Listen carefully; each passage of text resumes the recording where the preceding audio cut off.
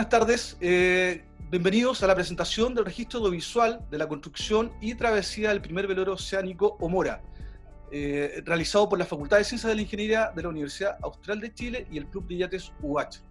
Nos acompaña hoy día el doctor Richard Luco, decano de la Facultad de Ciencias de la Ingeniería, y el estudiante y miembro del Club de Yates UH, José Mayorga. Bienvenidos. ¿Qué tal, Pedro? Gracias por la invitación. Hola, Pedro, ¿qué tal? Bien, bien. Decano, bueno, la construcción de Omora es el resultado de un intenso y dedicado trabajo que viene realizando el Club de Yates UH y que este año celebra precisamente 60 años de existencia. ¿Cómo ve usted el trabajo realizado y cuáles son los principales desafíos para el Club de Yates? A ver, lo realizado yo creo que ha sido es como culminar el trabajo de equipo que comenzó hace un par de años atrás, como retomando las actividades del club. El club tiene, si bien es cierto, 60 años, ha tenido algunos altos y bajos, y lo que hemos tratado de hacer ahora es reactivarlo, inyectando energía a ese club, principalmente con el apoyo de gente que ha entregado muchas horas hombre a ese club, y en definitiva culmina con el proyecto, el diseño y la construcción del velero, ¿ya? Esto está bajo el paraguas de los proyectos que desarrolla la Facultad de Ingeniería, apoyado no solo por la facultad, sino también por la universidad, y que van en directo beneficio al desarrollo de nuestros estudiantes. El contar con un velero oceánico es la ilusión que tuvimos mucho cuando fuimos estudiantes, ¿ya? Y yo creo que esto es como el punto de partida a un nuevo camino, a un nuevo andar del club. Perfecto, José.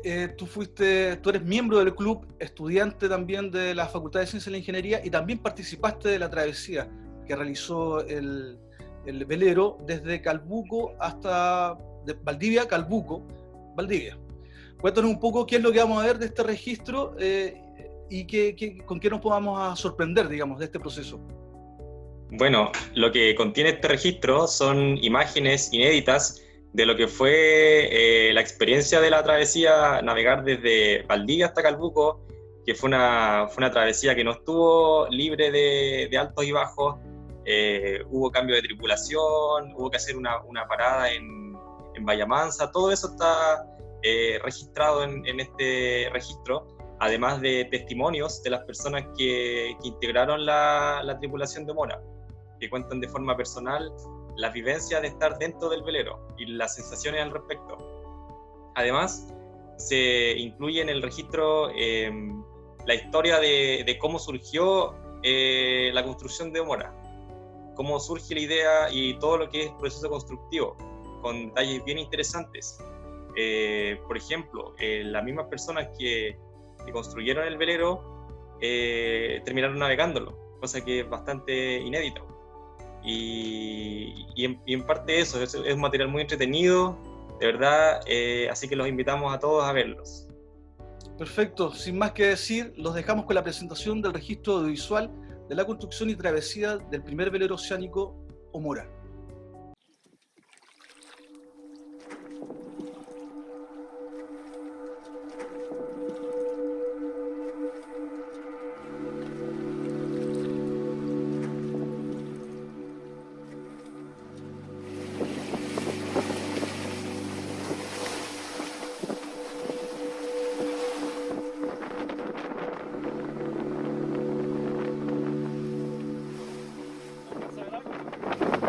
Se ve la contraluz. Estamos casi. Valentín durmiendo, Carlitos también, descansando. Lo digo, tú todo estábamos desorientados, la chucha. Todo bien.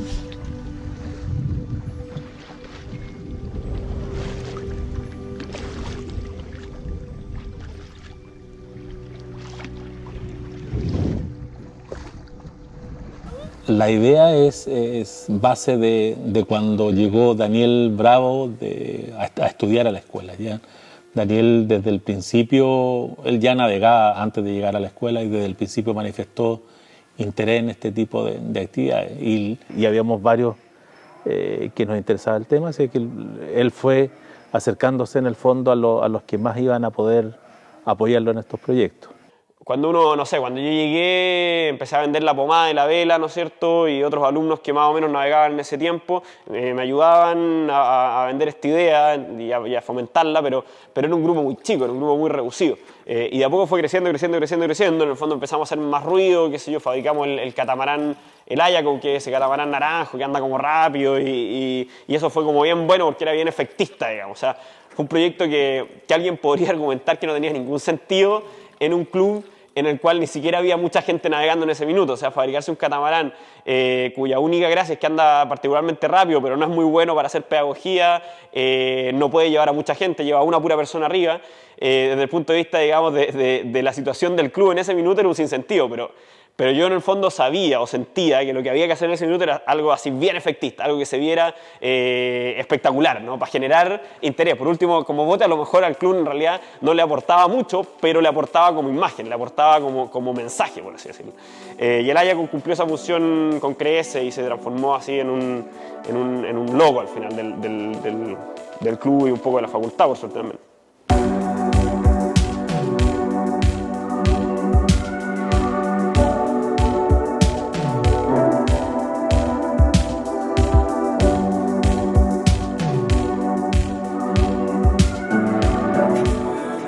El proyecto Omora, ¿cuándo nace? Es que en realidad era una... Es difícil explicarlo, porque el proyecto Omora nace de conversaciones. Inicialmente fue una volada que llevábamos Richard y yo. Y teníamos la convicción de que se podía hacer dentro de la escuela, de que la escuela tenía la capacidad de poder generar un proyecto que pudiese cumplir esa función. La rectoría apoyó esto y en parte también salió apoyo desde la facultad y se comenzó a hacer este trabajo. Se habilitó bien el astillero, se implementó un laboratorio de materiales compuestos y él fue armando un equipo y sumando gente a hacer esta pega. Pero cuando nace realmente, cuando uno dice ya, a ver, hay que hacer las formas, hay que diseñar, hay que cerrar el tema, digamos, hay que empezar el proyecto, fue en noviembre o así del 2018. Noviembre del 2018. La idea era fabricar un barco lo más simple posible para que fuese una herramienta lo más purista en el sentido de la aproximación a la vela oceánica, ¿no? O sea, obviamente la idea también esto está enmarcado en una facultad de ingeniería. No solo en la facultad de ingeniería, pero en el interés de generar autosuficiencia tecnológica, generar una capacidad técnica en Chile que dejemos de ser este continuo de que lo bueno viene de fuera, de que hay que importarlo, y en el fondo era un poco esa intención también de decir esto se puede hacer en Chile, tenemos las capacidades y si no las tenemos vamos a aprender porque esa es la gracia, vamos a invertir en el fondo en generar esas capacidades. Lo que te juega en contra muchas veces son los recursos y ahora estábamos bastante, no holgados, pero sí teníamos los recursos como para poder hacerlo. El tratar de aterrizar la vela a que todos tengan acceso es difícil y este proyecto lo ha hecho.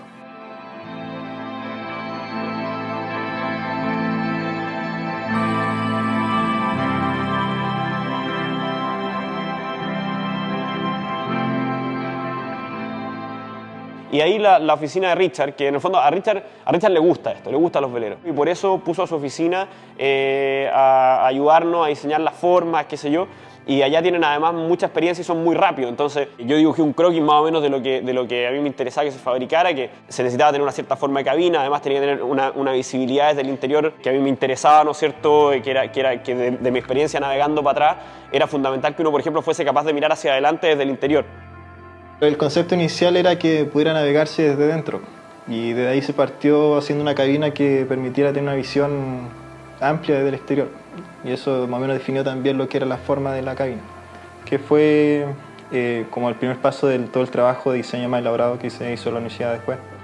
Bueno, básicamente en este tipo de embarcaciones ya hay cierto precedente de qué es lo que funciona, parámetros que ya existen, referido también a los coeficientes de forma. Y en base a los criterios de la gente que participa en el proyecto también se va definiendo qué puede funcionar y qué no, más que nada por experiencia también. Una vez que ya teníamos la forma, partimos trabajando ese año, en enero del 2019. El proceso de construcción de Mora, para mí, por lo menos dentro de mi propia experiencia, fue hacer moldes, ¿ya? Porque creo que hice todos los moldes para poder generar, ya sea el casco, el timón, la orza, todo ese proceso de construcción que es como bastante tedioso. Todo ese proceso sirve para que las formas de la embarcación queden perfectas antes, o sea, una vez salida del molde. Y dentro de la construcción, eso fue como lo que más me marcó hasta cierto punto, el proceso de generar moldes.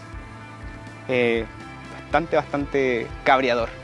Hay que decir que todavía no teníamos nada más, o sea, el proyecto estaba absolutamente en pañales, en el sentido de que nosotros, como estábamos apretados de tiempo, empezamos a fabricar sin tener todo el proyecto diseñado, ni remotamente.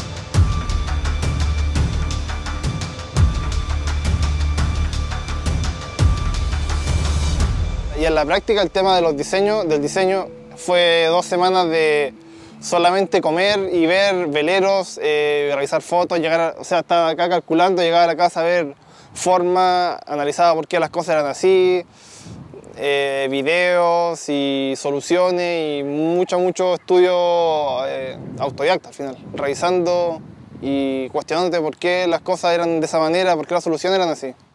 Y nada, y pasamos todo el invierno del 2019 trabajando obviamente paralelamente con otras cosas, ¿no? O sea, uno al final también tiene que hacer la mantención de los botes que existen, también seguíamos ofreciendo servicios para afuera, seguimos. Había muchas habilidades que nosotros no teníamos, pero que íbamos a necesitar. Por ejemplo, fabricar velas a un nivel medianamente decente. Y nuestra experiencia fabricando velas era y sigue siendo, la verdad, bastante limitada. Claro, o sea, las velas de Mora son velas reutilizadas de un bote harto más grande. Lo bueno de que la vela fuera harto más grande es que nos dio harto margen para jugar con la forma de la vela nueva, que tiene la parte de arriba cuadrada, entonces igual se jugó harto con las formas, con el diseño de la vela. Y quise aportar en el fondo lo que últimamente justamente me había estado metiendo más en lo que es la costura de las velas, reparaciones, que a mí me entretiene, no sabría explicarlo de manera más detallada. Y bueno, se fue también sumando gente, ¿no? Inevitable, lo cual es fantástico. Y la pregunta era, bueno, ¿qué es lo que más necesitamos? Necesitamos gente que trabaje, obviamente. Ese es el gran capital. Al final del día, el club, de hecho, tiene una cierta capacidad de autosuficiencia económica en la medida en que tenga suficiente gente trabajando, porque podemos ofrecer servicios afuera y podemos hacer cosas, pero se necesita mucha gente trabajando. Es muy intenso en términos de mano de obra. Empezar haciendo estas cosas desde cero, empezar desde lo más simple que es lijar, te das cuenta del enorme trabajo que es no solamente la parte del armado de la embarcación, la parte de la fabricación de la embarcación, sino también todo lo que tiene que ver con el diseño. Es algo de lo cual yo me siento bastante orgullosa y feliz de haber podido participar en la construcción de Mora. Así que en el fondo hicimos de todo, hicimos hasta este puente grúa, lo fabricamos durante ese periodo, ¿no? O sea, al final llegó un minuto en que necesitamos, o sea, esas cosas que tenemos que desmoldar el bote, bueno, no tenemos cómo desmoldar el bote porque no tenemos cómo levantarlo, básicamente. Entonces, ya pongamos a fabricar un puente grúa para levantarlo. Entonces, al final como que iba fabricando el bote, el proyecto del bote y el astillero alrededor del bote al mismo tiempo, así era bien extraña la situación. Y felizmente muchos estudiantes se comprometieron a un nivel súper personal y súper profundo y empezaron a hacer sus prácticas acá en el astilleros. Obviamente me permitió tener un equipo de gente que estaba bien capacitado, que estaba hipermotivado y que en el fondo este iba a ser su proyecto, básicamente. O sea, al final eso es lo más interesante de todo. Ellos estaban diseñando su barco y ellos son los que lo iban a navegar y ellos en el fondo eran los que estaban ahí tomando todas las decisiones estructurales, de formas, de ergonomía. Nos metíamos adentro y nos imaginábamos cómo iban a ir las camas y los volúmenes de los compartimentos estancos, y etcétera, etcétera, ¿no? En general, el que diseña no es el que construye, el que construye no es el que usa, y así sucesivamente, ¿no? En cambio, en este caso se daba el fantástico escenario en el cual la gente que estaba involucrada iba a poder estar involucrada en toda la parte del proceso.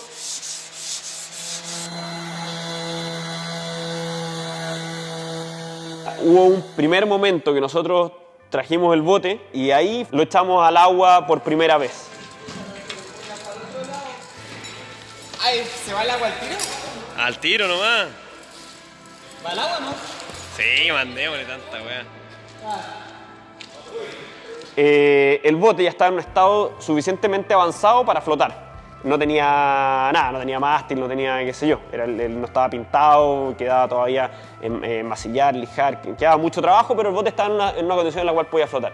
Pero lo más importante para mí, al menos, fue que yo más o menos conté la cantidad de gente que había en peso y los posicioné donde iban a estar los pesos, donde iba a estar el quillote, más o menos donde iba a quedar el mástil, qué sé yo. Y ahí fue la primera vez que yo vi el bote, por ejemplo, y lo vi flotando en la condición en la que iba a flotar. Y se veía bien y fue como, por suerte. El bote fue al agua en su condición de bote listo muy tarde. O sea, nos quedaban 2 semanas para todo, para probar el bote, para reparar lo que hubiese que reparar, cambiar lo que hubiese que cambiar y bueno, y zarpar. Teníamos los plazos súper apretados, pero también había una sensación muy grande de todavía no estaba para nada claro que lo fuéramos a lograr, digamos. Claro, echas el bote al agua, estás feliz, lo miras, lo encuentras fantástico, pero todavía estás con el nudo en la garganta de decir, nos queda fabricar 25 cosas, nos quedan 2 semanas y en 2 semanas este bote no solo tiene que estar listo, sino que tiene que estar en Calbuco. O sea, vamos a ver cómo va este asunto, ¿no?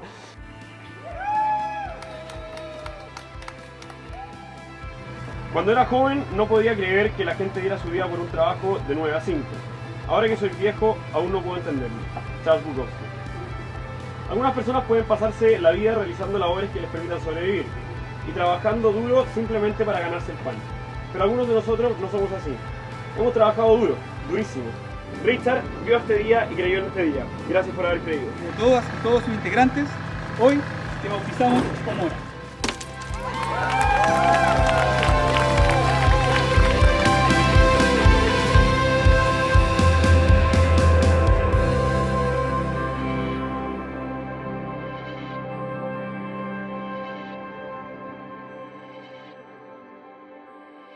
Y zarpamos súper atrasados, o sea, muy apretado, y zarpamos contra un frente de viento sur. Y la ida hacia Calbuco nos tocó con viento en contra, nos tocó con un sur, lo cual en navegación oceánica es el peor escenario posible, básicamente porque es muy mojado, el bote se moja mucho, entra mucho la ola y uno en la práctica avanza muy poco. O sea, teníamos una velocidad de avance de repente de un nudo. Y cuando ya salí a mi guardia, que era las 1 de la mañana, ya había mucha ola, mucho viento, ya teníamos harta, como, estábamos un poquito mojados. No avanzábamos, teníamos lluvia, estábamos mojados, muy mojados, todo el día mojados. Nos acostamos mojados en el saco y nos levantamos mojados. Además, los primeros 2 días, mucho mareo también. El cuerpo no aguanta, no soporta esa situación de estar muy calma y después te levantas y vomita. Es como desayuno. Claro, el frío que pasamos creo que es como lo más cansador de todo, porque las colchonetas se nos mojaron, el saco se nos mojó, dormíamos arriba de agua, básicamente. Todo lo que sientes, tu cuerpo se comienza a congelar, básicamente. Porque yo, o sea, un momento, una noche, yo además los veía y uno ve que tu equipo se está desmoronando. O sea, ves que hay un tipo una chica o qué sé yo, que vienen vomitando, otro que no ha dormido nada, otro que qué sé yo, y empieza a decir, o sea, esta cuestión, esto en algún minuto se va a cortar esta cadena. Entonces hubo un punto entre Corral y Bahía Mansa donde nos planteamos seriamente si acaso debíamos volver o no. Y tuvimos una discusión tripulación y capitán. Y lo conversamos y dijimos, ¿qué hacemos? ¿Seguimos o no? pero anímicamente yo estaba tocadísimo, o sea, y se notaba, digamos, no estaba de buen humor, no estaba súper tranquilo, y además tiene el estrés de que no has probado el bote en tu vida. Y en realidad yo debo reconocer que tuve todo el apoyo del equipo al final. Y ahí, por suerte, en realidad fue el equipo el que decidió, no, seguimos, le damos por lo menos hasta Bahía Mansa. Y yo en eso, mirando, ya tenía señal de celular, mirando la meteorología, como venía para los días siguientes, llamo a Pascal, que era el que organizaba el encuentro náutico de Calbuco, y me dice, no, Dani, ¿sabes qué? Me dice, oye, hemos estado viendo la travesía, vamos a postergar el encuentro porque viene lluvia, justo el fin de semana que iba a ser, el sábado que iba a ser, viene lluvia, así que lo vamos a postergar, y lo vamos a hacer un martes. Eso nos daba inmediatamente 3 días más para llegar. Yo como que pasé del agotamiento, del pesimismo absoluto, de decir ya se acabó, llegamos hasta aquí, mala suerte, no vamos a llegar, a decir, hay una oportunidad aquí. O sea, acabamos de ganar 3 días y además viene viento favorable, se hace. Y llegamos a Bahía Mansa, por qué sé yo, porque le pusimos hasta que no le podíamos poner más y llegamos ahí empapados. Nos demoramos, no sé, una brutalidad, como 2 días o 3 días, 3 días creo que nos demoramos en una travesía que te puede tomar menos de 20 horas. Recuerdo que cuando llegamos a Bahía Mansa dejamos toda la ropa secando fuera del bote, parecía carpa gitano. y bueno, y después hicimos cambio de tripulación, porque los chicos estaban estábamos todos desgastados. Chiquillos, súbanse a la travesía, se pasa súper bien, una experiencia realmente inolvidable, no la van a olvidar nunca en su vida, se los aseguro. No, el inolvidable no lo destaques tanto. Lo pasé súper bien. Sí, se va súper bien, en verdad, no me quejo para nada. Es algo que en realidad yo seguiría navegando, pero necesito lucas, solo por eso. Y ahí inmediatamente me puse a llamar a gente del club, necesito armar una tripulación lo más rápido posible. Y yo puse en el grupo y la mancha inmediatamente dijo, le caigo, así ahora, y estaba en Osorno. Entonces tenía que agarrar un bus y venirse a Bahía Mansa al toque. Y ahí yo llamé a Fonseca, que era uno de los que estaba interesado en partir desde el comienzo, y le dije, te necesitamos, vente para acá, que nos falta tripulación. Entonces se tomó la decisión de seguir hasta Calbuco, con viento a favor, y ahí fue una navegación mucho más agradable. Mucho más agradable. Y ya con la experiencia del primer tramo, nos organizamos mejor adentro. En los sacos de dormir los metíamos en bolsas secas. Entonces ya no estábamos todo el día mojados.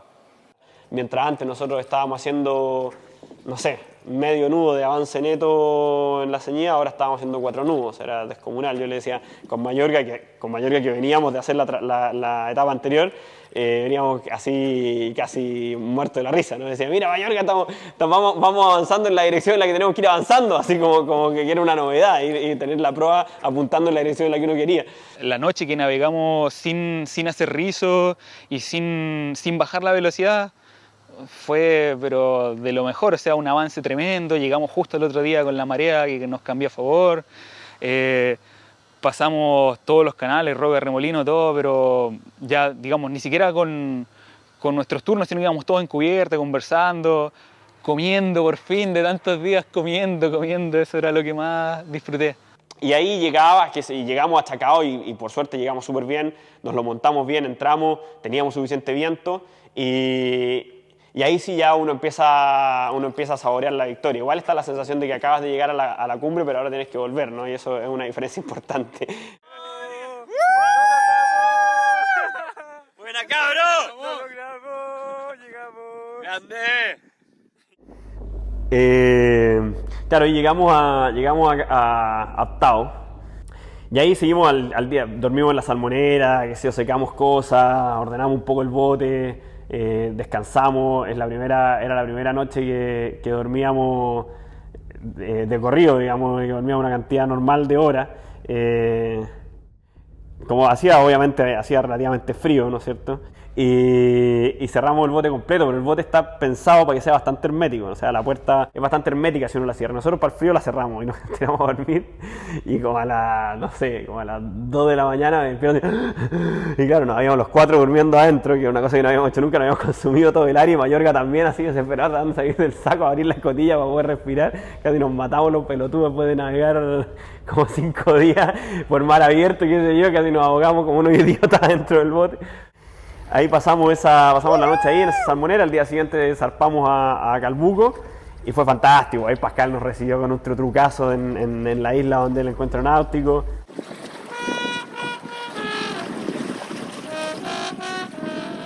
Y es un encuentro para juntarse y para celebrar la vela. Nos reuníamos en torno a una fogata a las tardes, conversábamos y obviamente nuestra travesía era la más interesante. Todo el mundo quería saber cómo fue ese viaje desde Valdivia hasta Calbuco y en general muy buen ambiente de compartir.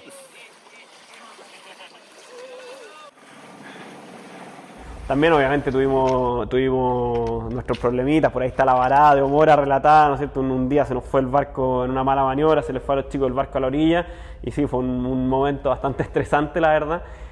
Y después ya empezó a caer la preocupación, ¿le habrá pasado algo al bote?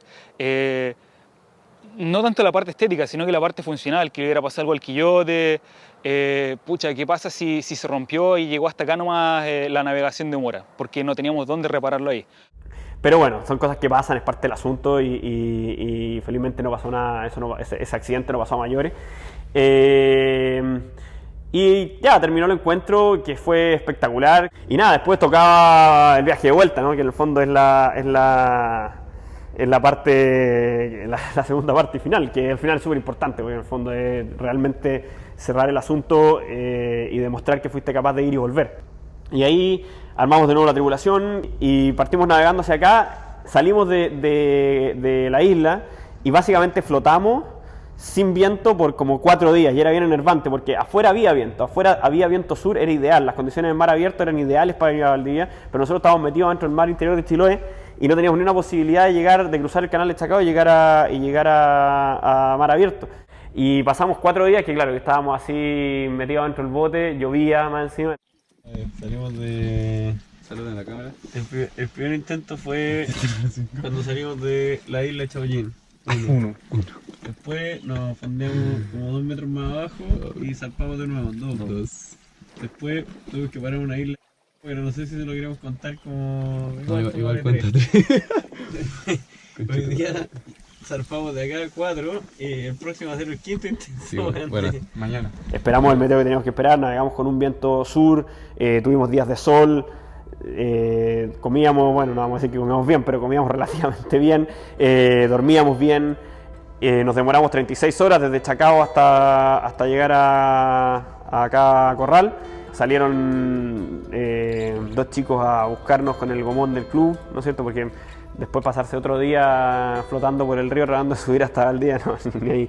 Se salieron con el gomón del club a buscarnos a la bahía de Corral y nos arrastraron río arriba, ¿no es cierto? Y llegamos a la universidad y ahí sí la sensación de satisfacción de todos los chicos, el orgullo era absoluto, Y fue, como te digo, un momento así de éxtasis, de sacarse el peso de encima, de sentir finalmente que la misión había estado cumplida y que, o sea, es una misión que no eran ni las 36 horas de Chacao, no era a lo mejor las 2 semanas desde que zarpamos de Valdivia hacia Calbuco, era más de un año de poner toda la energía en pos de lograr ese momento, de llegar con el bote de vuelta a Valdivia después de haber hecho una travesía oceánica. Y finalmente podemos decir, existe, o sea, el club de vela de la Universidad Austral tiene una escuela de vela oceánica. Eso es una realidad, tenemos un bote capaz de hacer vela oceánica, tenemos gente capacitada para hacerlo.